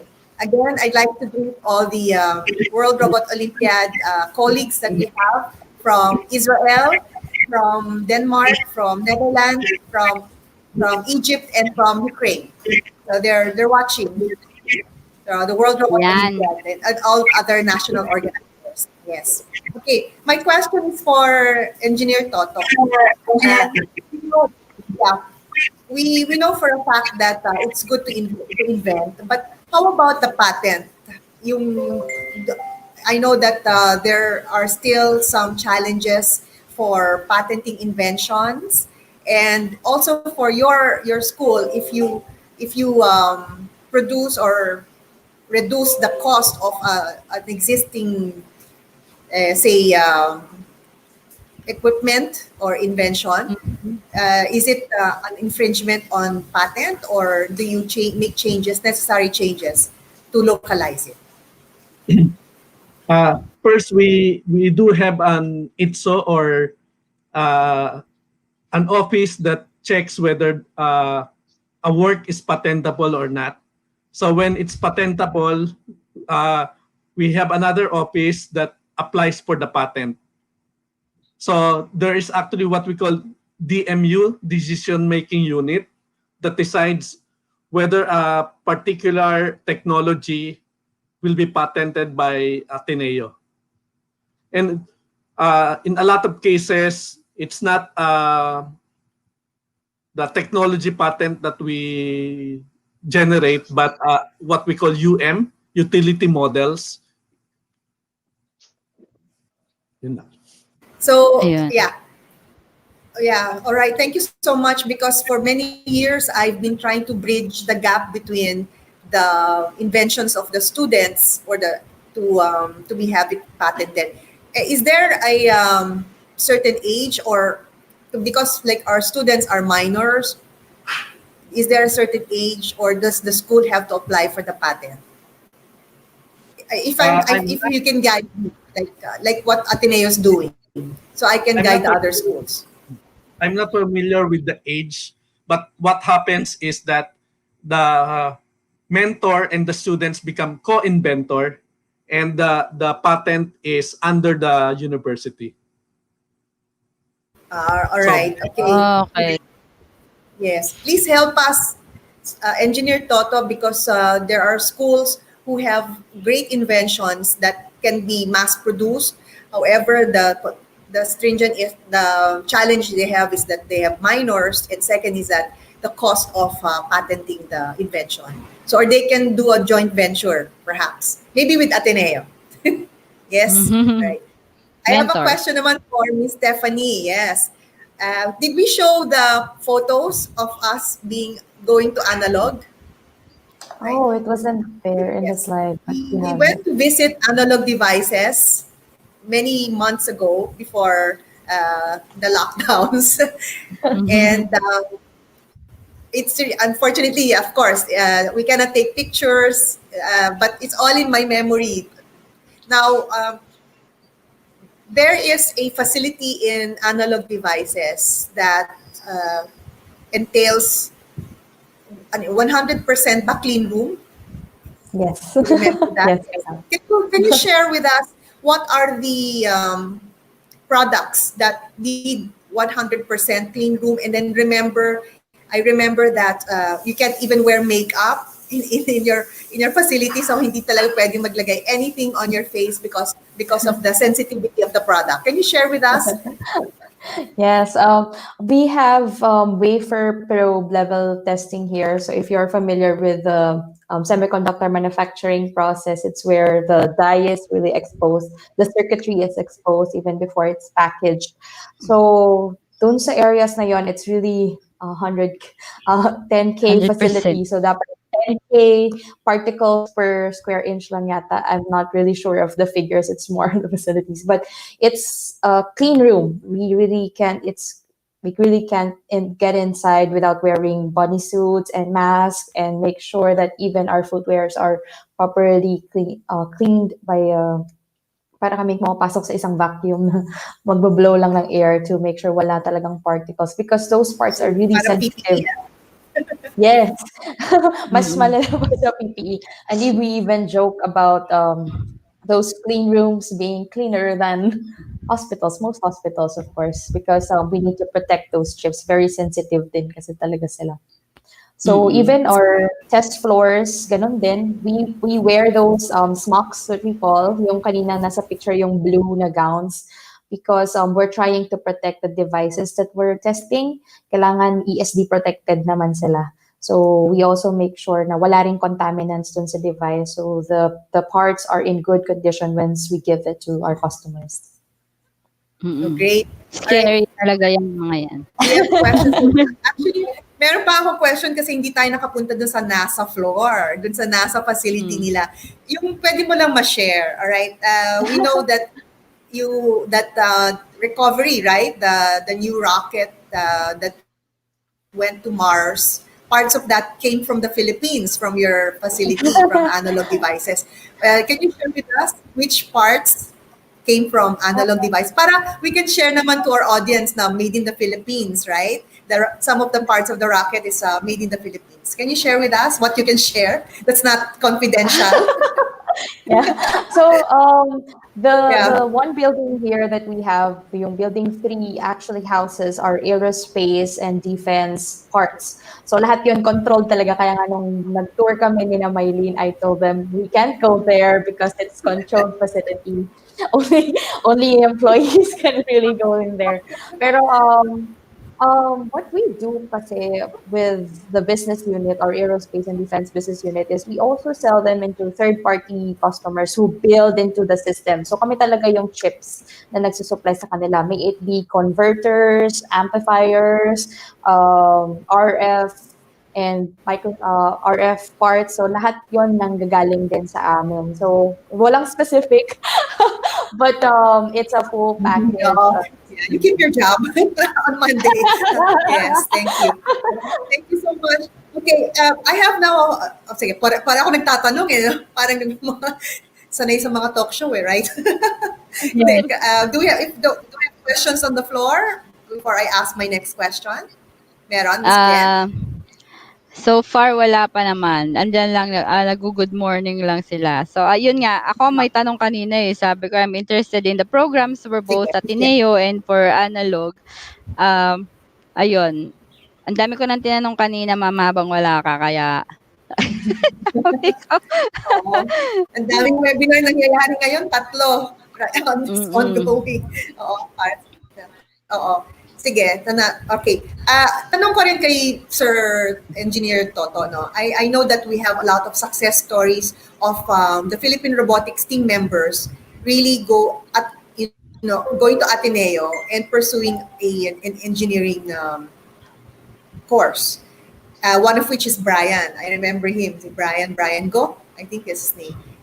What traits have you seen in Brian that made him a successful engineer, parang engineer student? Can you share with us so that we can inspire also the other students who are listening now?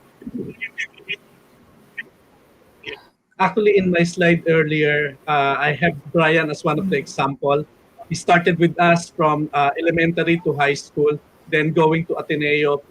So from Grace Christian High School to Ateneo, taking up computer engineering, and then later on to Nara Institute of Science and Technology in Japan, taking his master's, now doing PhD, uh, still related to robotics, to computing. Wow. Can you share with us some of your advice? Bumalik naman po, like si Jen, ako, we all lived out of the country. I don't know with Steph, Mm-hmm. Sir Toto, that we have to stay in the Philippines because we really need a lot of the engineers to help our country. Can you have any Mm-hmm. words, Engineer Toto, how we can proceed with that?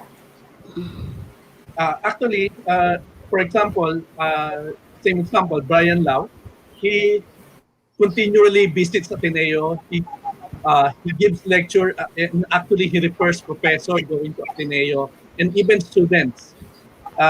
Some of his colleagues in Japan actually interned with the Ateneo Innovation Center. So I think yung basic dyan, roots niya, Yep. yung love niya for the country. Yan. Yes. Sa akin din Very ganun, good. ma'am, Yes.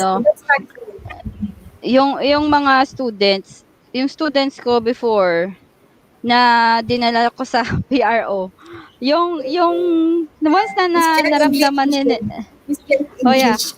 once they, oh yeah, I forgot. Once they joined into the competition, they can't stop from coming back. Kasi they tried it and then they saw the need to improve and then they tried to improve and then it's not enough and then they come back again.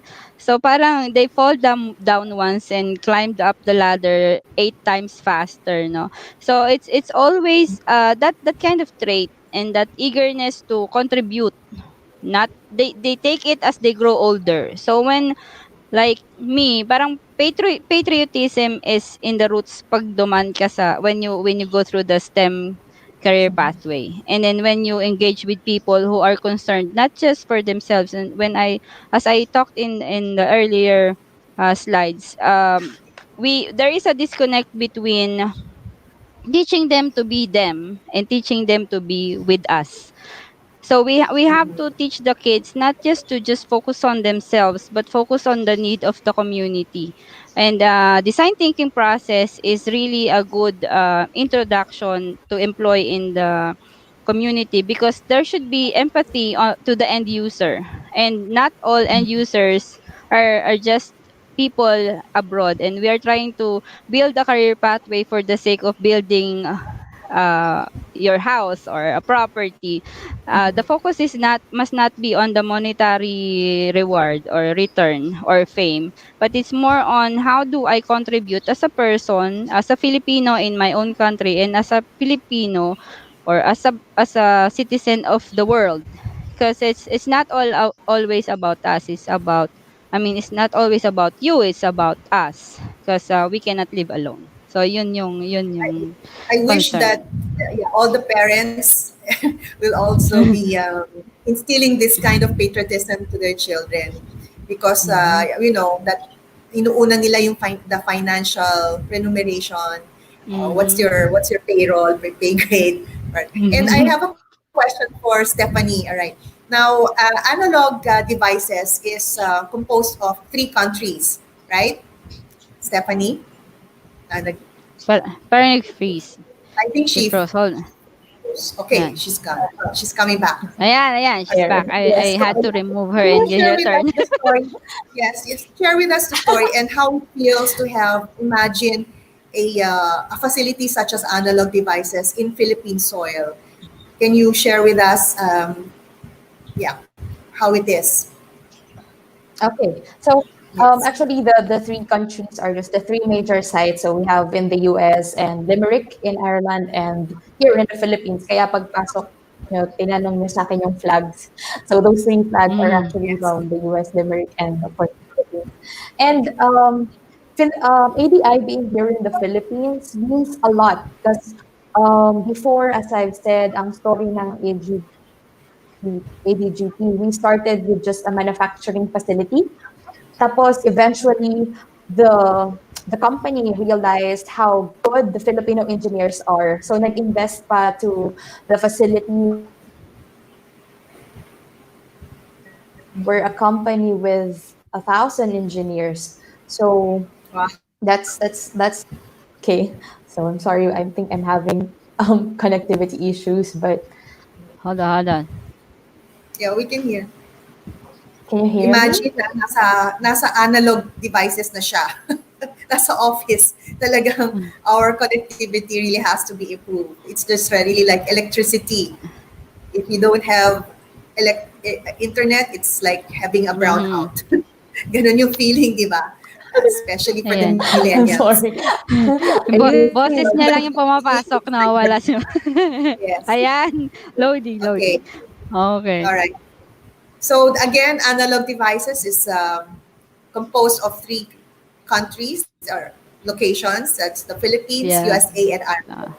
When I was there, I was looking at the flag. I said, anong flag kaya? Because I didn't know the flag of Ireland. Hindi ako pwedeng mag-amazing race.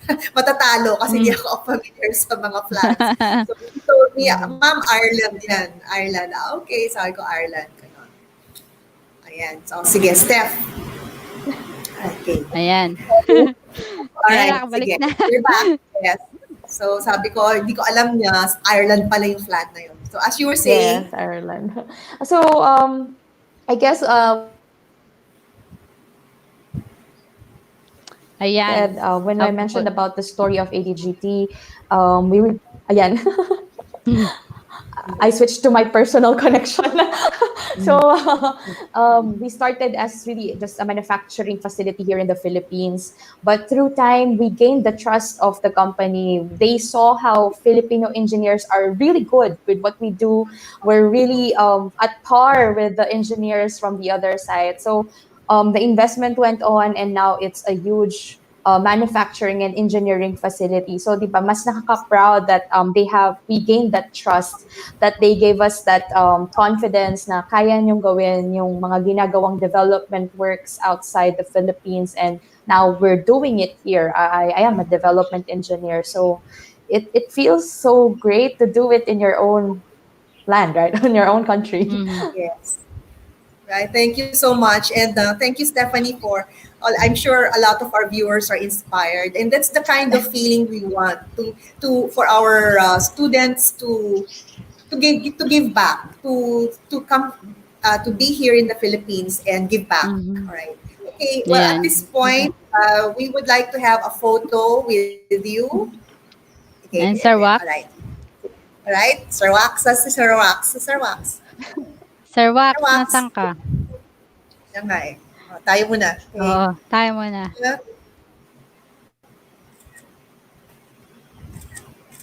All right. Thank you so much.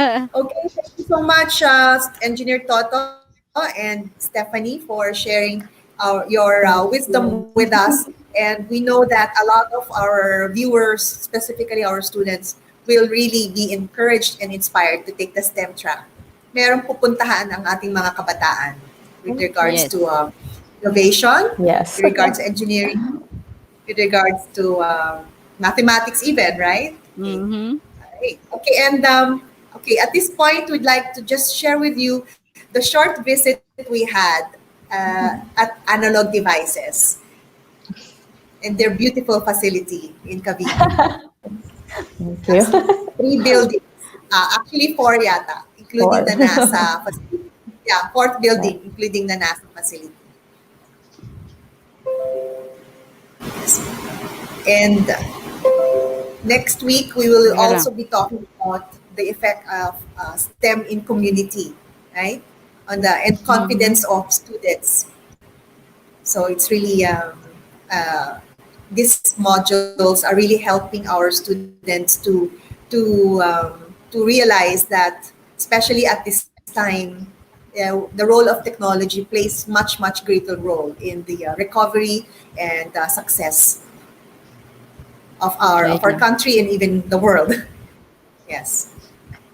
So let's see our visit at Analog Devices.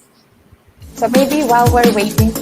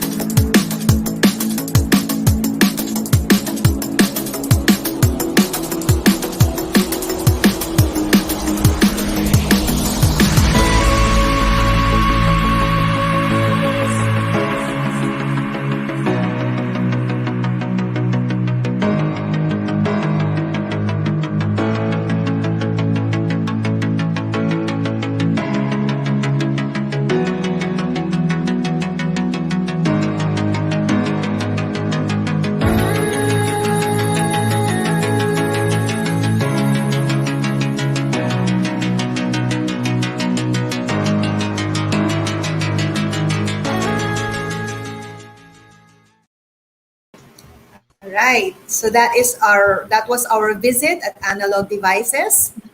And may we hear our some parting words from our guest.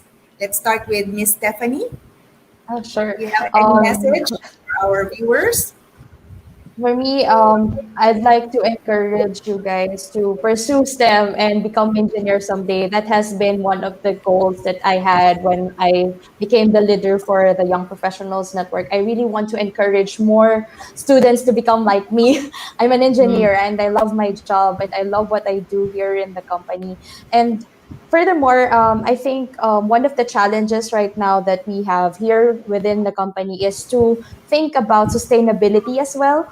So there are a lot of programs that are inclined towards sustainability. So I hope that the succeeding projects, the succeeding ideas that you have is for really regenerating the environment because we need that right now.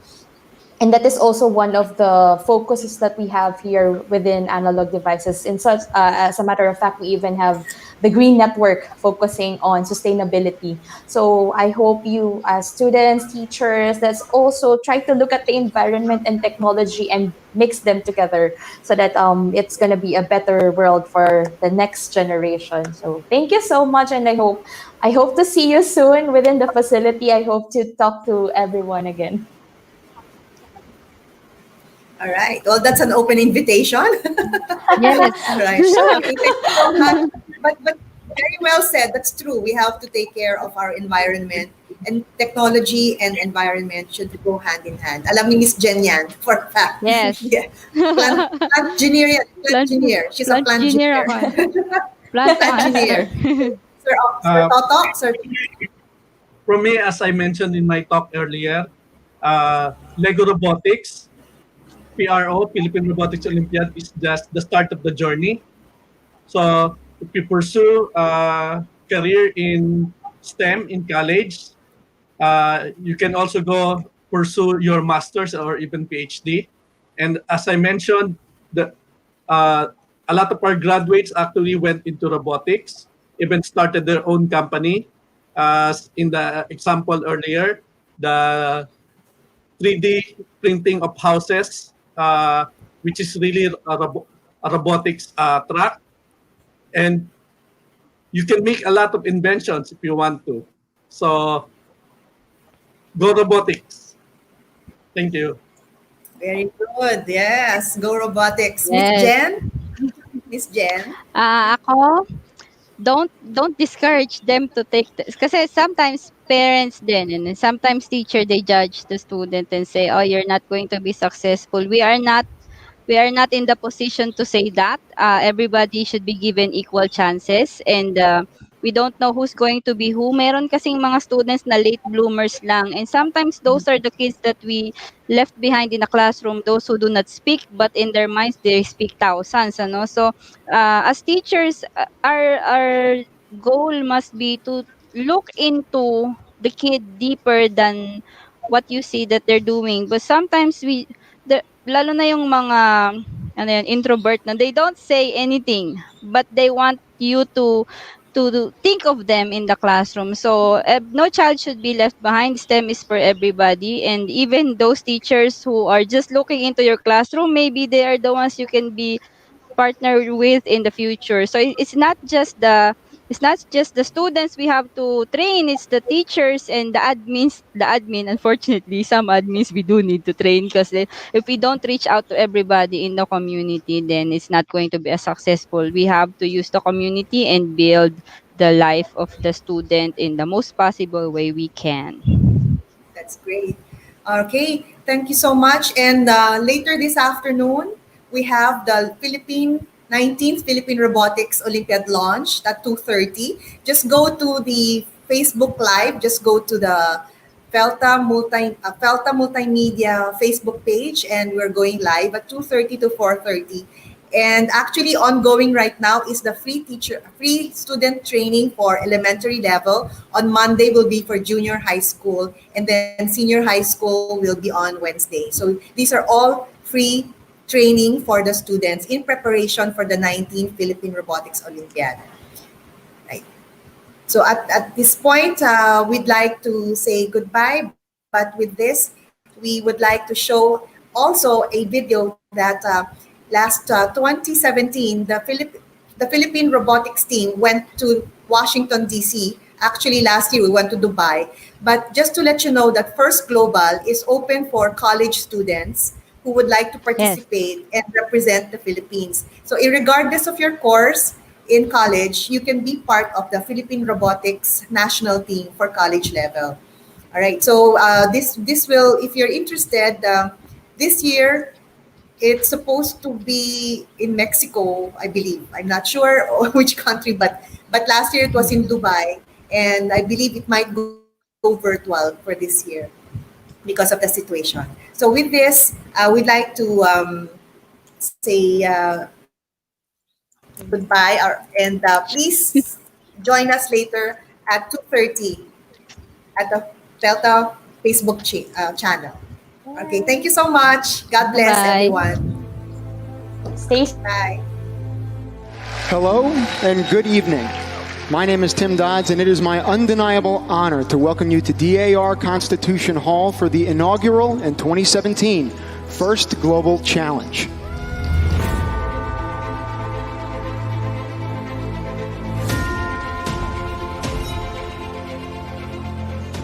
"157 teams and 6 continents in total, but all coming together and convening as one.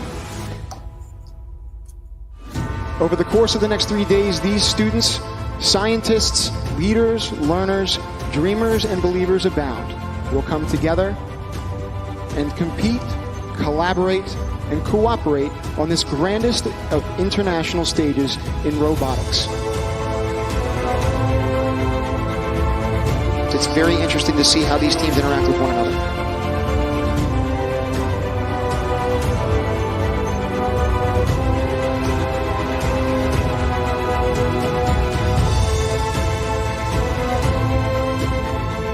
Because these three were able to galvanize and gear up for the long road ahead in terms of competition.